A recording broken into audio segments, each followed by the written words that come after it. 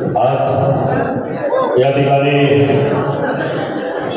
विधानसभा 2024च्या प्रचार दौऱ्याच्या निमित्तानं आदिवासी समाजाच्या मेळाव्याच्या निमित्तानं उपस्थित सर्व आदिवासी भागातील सर्व समाज बांधव या ठिकाणी आदिवासी समाजाचे ज्यांनी समाजातील कला जपली पैसा कायदा लागू व्हावा म्हणून मागच्याच 2 महिन्यापूर्वी महाराष्ट्र राज्यामध्ये आंदोलन केलं आणि खऱ्या अर्थानं आदिवासी तरुणांना न्याय मिळवून दिला ते आदरणीय समाजाचे नेते सन्माननीय नरहरी झिरवळ साहेब आताच काही 10 ते 5 मिनिटात या ठिकाणी पोहोचत असतानाच या ठिकाणी अनेक मान्यवर उपस्थित झालेले आहेत. खऱ्या अर्थानं या मंचावर उपस्थित आपल्या तालुक्याचे युवा दमदार आमदार पाणीदार आमदार आणि 2024चे राष्ट्रवादी काँग्रेस पक्षाचे उमेदवार सन्माननीय अतुलदादा बेनके, जुन्नर तालुक्याचे कृषी बाजार समितीचे सन्माननीय सभापती काळे साहेब, आदिवासी समाजातील सर्व नेते, आदिवासी भागातील सर्व सरपंच उपसरपंच सर्वजण आपल्या ठिकाणी उपस्थित झालेले आहोत. खऱ्या अर्थानं आदिवासी भागामध्ये आज मोठ्या प्रमाणामध्ये भात कापणी चालू आहे आणि त्याच्यामुळं आपण सर्वजण खऱ्या अर्थानं वेळात वेळ काढून का होईना आदरणीय झिरवळ साहेबांचं मनोगत आणि मार्गदर्शन ऐकण्यासाठी उपस्थित या ठिकाणी झालेलं आहोत. या ठिकाणी आदिवासी समाजातील अनेक नेत्यांनी आता या ठिकाणी मार्गदर्शन केलेलं आहे. खऱ्या अर्थानं हडसर उपसरपंच सन्माननीय गंगारामजी सांगणे साहेबांनी सांगितलं की 46,000 आदिवासी मतदान आहे, परंतु आपणच आपलं फुग्यात हवं भरावे आणि फुगवावा अशा प्रकारचा आपण आपल्यामध्ये प्रचार करतोय आणि आपण लगेचच स्वतःला काहीतरी समजून उड्या मारायला सुरुवात करतोय.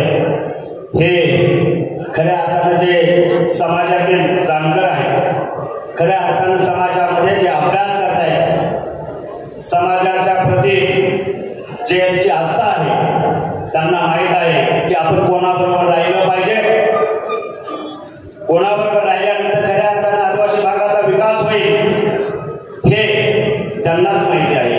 परंतु काहींना फक्त स्वतःचा झेंडा मिळवायचा आहे, स्वतःच वर्चस्व दाखवायचं आहे. रात्री काळूदादा आणि मारुती शेठ आणि कोपरे मांडवे परिसरामध्ये उपस्थित असताना आदरणीय झिरवळ साहेबांचा मला फोन आला का गोविंद कुठं आहे. मी म्हटलं साहेब उद्या तुमची सभा आहे आणि सभेला समाजातील लोकांनी जास्तीत जास्त उपस्थित राहावं म्हणून मी आणि सर्व कार्यकर्ते कोपरे मांडवे परिसरामध्ये त्यांना सूचना आणि देण्यासाठी आणि निमंत्रण देण्यासाठी गेलेलो आहे. म्हटले गोविंद कधीपासून जुन्नर तालुक्यात इतके नेते झाले निर्माण की गोविंद साहेबांचं नाव सांगून सुद्धा फोन येत आहे का साहेब तुम्ही येऊ नका, आपला आदिवासी माणूस उभा केलाय. परंतु गोविंद साहेबांचा नंबर आदरणीय झिरवळ साहेबांचा शेव आहे. झिरवळ साहेबांनी स्पष्ट शब्दात आले म्हणले गोविंदला जर फोन करायचा असता तर त्यांनी त्याच्या फोनवरून केला असता. म्हणजे अशी परिस्थिती आहे. म्हणजे इतकं उडवाउडवी बनवाबनवी समाजात चालत नाही. खऱ्या अर्थानं समाजाचा विकास करायचा असेल तर आदरणीय बेनके कुटुंबाबरोबर खऱ्या अर्थानं आदिवासी समाजाने राहिलं पाहिजे. कारण बेनके कुटुंबाने कधीच आदिवासी समाजाला वाऱ्यावर सोडलं नाही याची ग्वाही देते. आता कोपरदादांनी सांगितलं फडके बंधाऱ्याचा विषय. आदरणीय बेनके साहेबांनी जे स्वप्न पाहिलं होतं ते स्वप्न आदरणीय अतुलदादांनी पूर्ण करून दाखवलं. हे बोले देशा चाले त्याची वंदावी पावले आणि हे वाक्य फक्त आदरणीय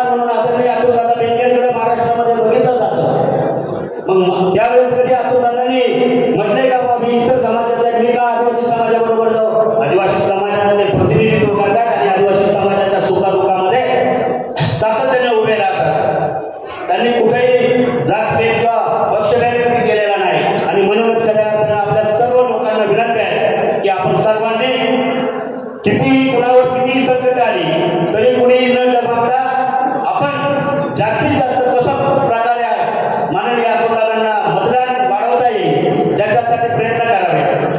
आज ज्यांची नावं घेऊन खोटे नाटे फोन केले जात आहेत त्यांच्यापैकी सगळे टेजवर आहेत आदिवासी नेते.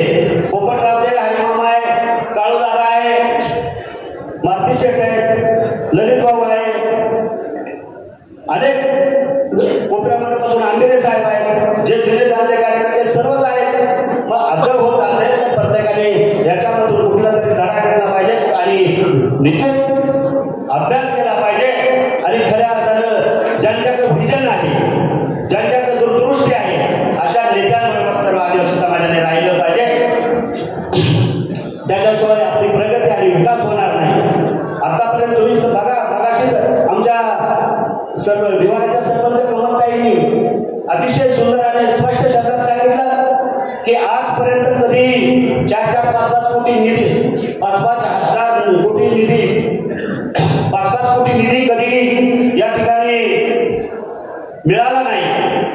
परंतु कोरोना संपल्यानंतर आदरणीय अतुलदादा जेव्हा सत्तेमध्ये गेले आणि सत्तेमध्ये गेल्यानंतर लगेचच पूर्ण कोणत्याही गावाला असं डावललं गेलं नाही किंवा या गावातला सरपंच माझ्या बरोबर नाही, या गावातले कार्यकर्ते माझ्या विरोधात आहेत, परंतु कधीही अतुलदादांनी भेदभाव केला नाही आणि प्रत्येक गावाला न्याय देण्याचं काम खऱ्या अर्थानं अतुलदादांनी केले.